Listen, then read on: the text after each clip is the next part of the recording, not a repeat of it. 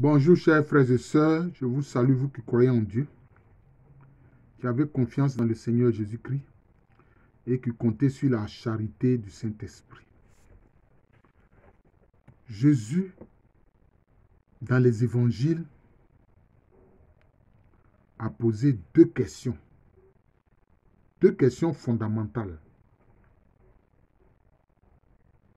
Et ces questions nous sont adressées à nous aussi, qui sommes encore en cheminement sur la terre.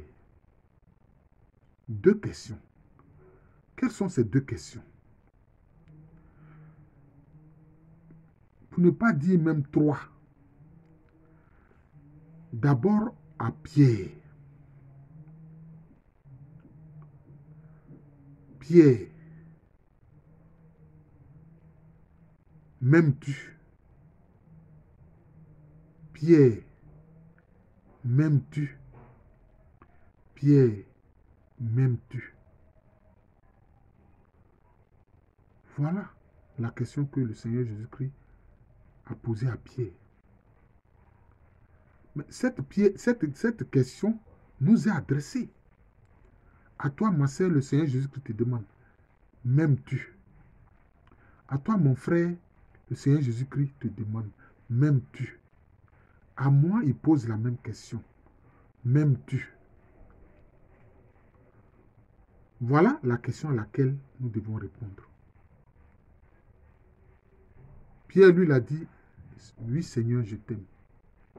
Oui, Seigneur, je t'aime. La troisième fois, il était totalement bouleversé que le Seigneur lui pose la question à trois reprises. Il a dit, Seigneur, tu sais tout. Voilà. Il a dit, Seigneur, tu sais tout. Voilà. Mais nous devons savoir une chose. Nous, les êtres humains, nous sommes faibles. Il y a certaines situations dans lesquelles nous ne prenons pas le parti de Jésus-Christ.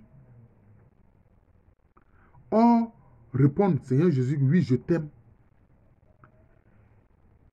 Mais il faut que dans notre conscience même nous ajoutons, Seigneur Jésus, c'est avec ton sacré cœur que je veux t'aimer. C'est avec ton sacré cœur que je veux t'aimer. Que ton sacré cœur soit en moi pour que je t'aime comme il faut. Parce que devant certaines situations, on a vu des chrétiens ne pas prendre le parti de Jésus, tourner le dos à Jésus-Christ. Et quand cela concerne la vie ou la mort, concerne le dénuement et la richesse, le dénuement ou la richesse, on tourne le dos au Seigneur Jésus-Christ. C'est pour ça que si nous devons aimer le Seigneur Jésus-Christ, c'est avec son sacré cœur que nous devons l'aimer. Nous pouvons aussi demander à l'aimer avec le cœur immaculé de Marie, parce que Marie l'a aimé aussi jusqu'au bout. C'est pour ça qu'il est dit dans la liturgie que le Seigneur Jésus-Christ a aimé les siens jusqu'au bout.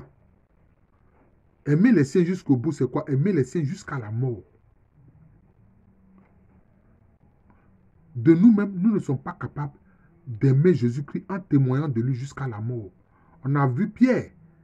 Quand Pierre a eu peur d'être découvert comme disciple de Jésus-Christ, il a dit que non, que lui ne connaît pas Jésus-Christ. Quand une petite fille lui posait la question, une jeune fille lui posait la question, il dit non, que lui ne connaît pas Jésus-Christ. Vous voyez? Donc c'est cela.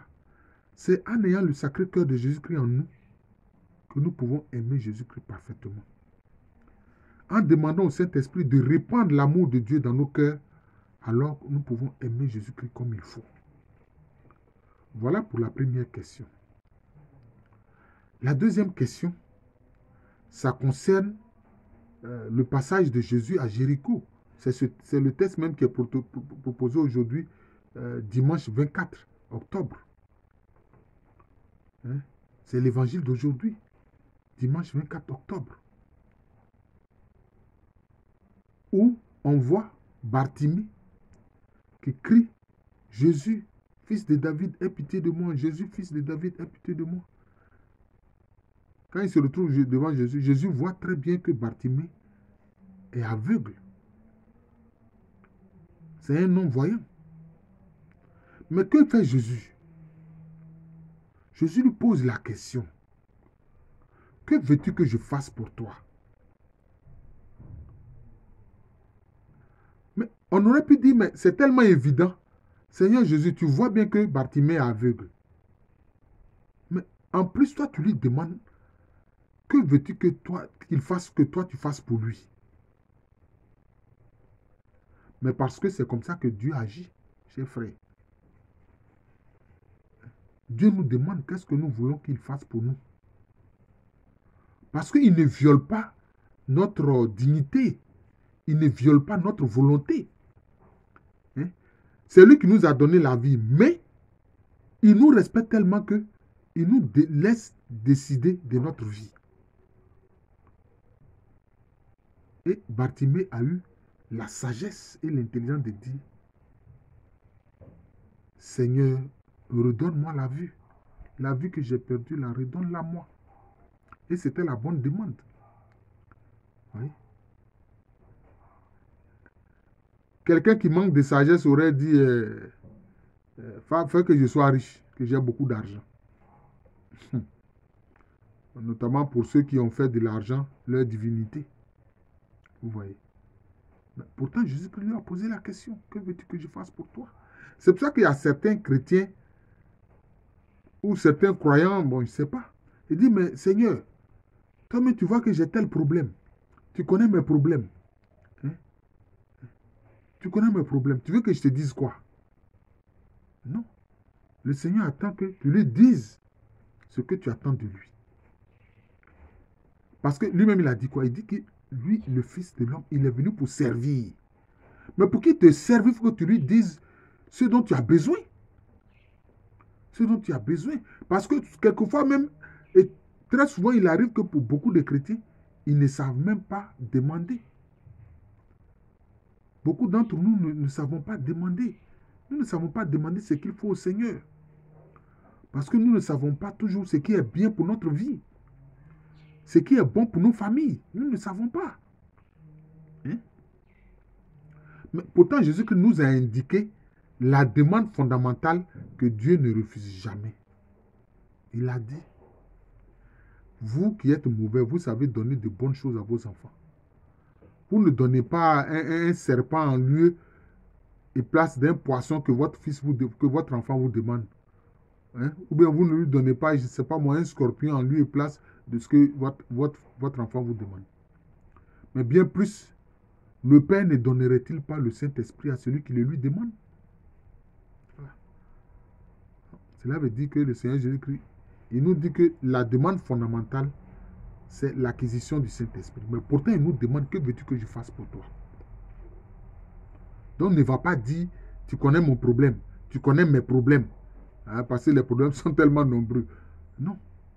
Réponds simplement à la question, comme Bartimée l'a fait. Bartimée a répondu à la question. Seigneur, que je retrouve la vue. Il a dit, va, ta foi t'a sauvé. Mais est-ce que Bartimée, avant de rencontrer Jésus, là, dans son cœur, il n'avait pas le désir d'être guéri de la cécité? Il avait le désir d'être guéri de la cécité. Mais est-ce qu'il a obtenu cette guérison? Non. C'est quand il a rencontré Jésus qu'il lui a posé son problème, qu'il a retrouvé la guérison, qu'il a retrouvé l'usage de ses yeux, qu'il a retrouvé la vue. Voilà la deuxième question que Jésus pose. Maintenant, il y a une troisième qui est subsidiaire à la deuxième, hein, notamment celle qu'il a posée à Bartimée. À la piscine de Bethesda, je crois, il y avait un homme qui était paralysé depuis plusieurs années. Et Jésus lui a demandé, veux-tu être guéri? Voilà la question que Jésus lui a posée. Veux-tu être guéri? Alors il a commencé à raconter sa vie.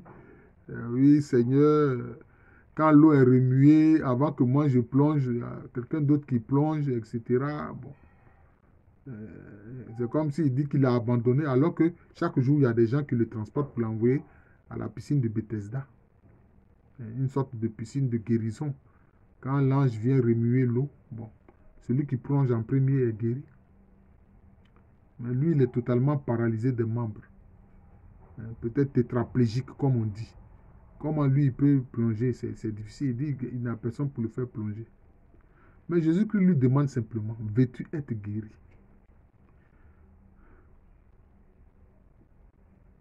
Il suffit de dire, oui, Seigneur, je veux être guéri. Je veux être guéri. Et Jésus lui a dit quoi? Lève-toi, prends ton braquard et rentre chez toi. Et là, les hypocrites de pharisiens sont venus rappeler que ce jour-là, c'était un jour de Shabbat, donc un samedi. Vous voyez. Donc, frère, quand vous regardez les évangiles, ce sont ces trois questions-là que Jésus pose. M'aimes-tu? Que veux-tu que je fasse pour toi? Veux-tu être guéri? Répondons franchement aux questions de Jésus-Christ.